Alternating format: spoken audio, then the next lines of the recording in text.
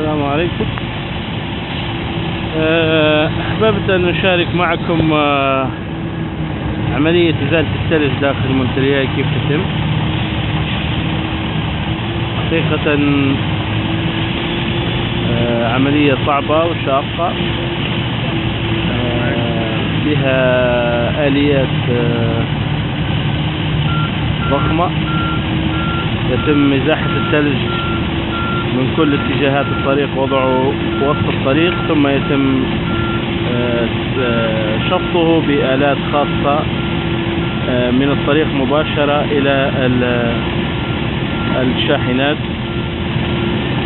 الإمكانيات حقيقة ضخمة جدا. الشاحنات دائما موجودة في الانتظار.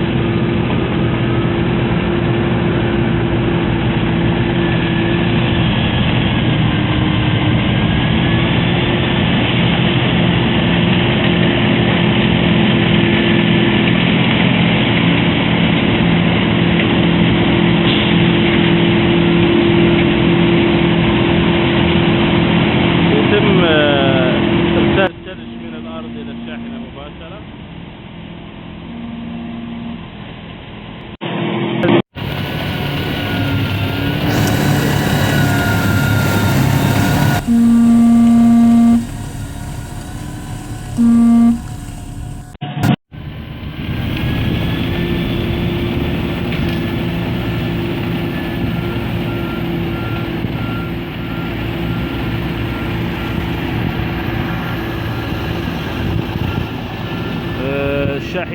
الشاحنة تلو الأخرى تقوم بنقل الثلج.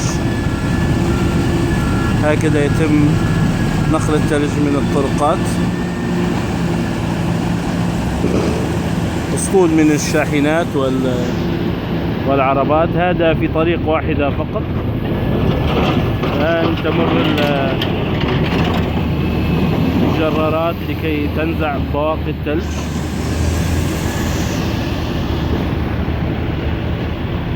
كل حركة السيارات منتظمة بدون وجود لا مرور ولا شرطة. الكل منتظم، الكل يعرف طريقه.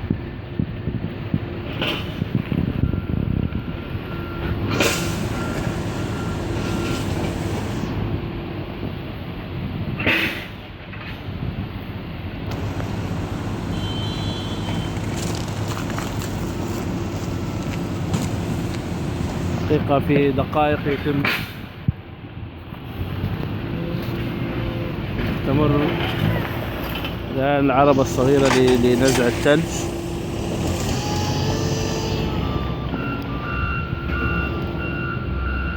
حيث تقوم الشاحنة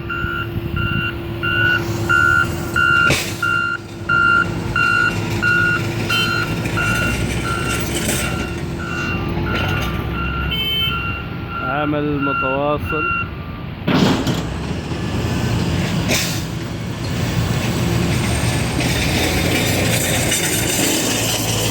شاحنات صغيرة كما ترون تقوم بنزع بواقي الثلج على الأرصفة للمشاة. والعربة الخلفية بها ملح مخلوط بحصى صغير.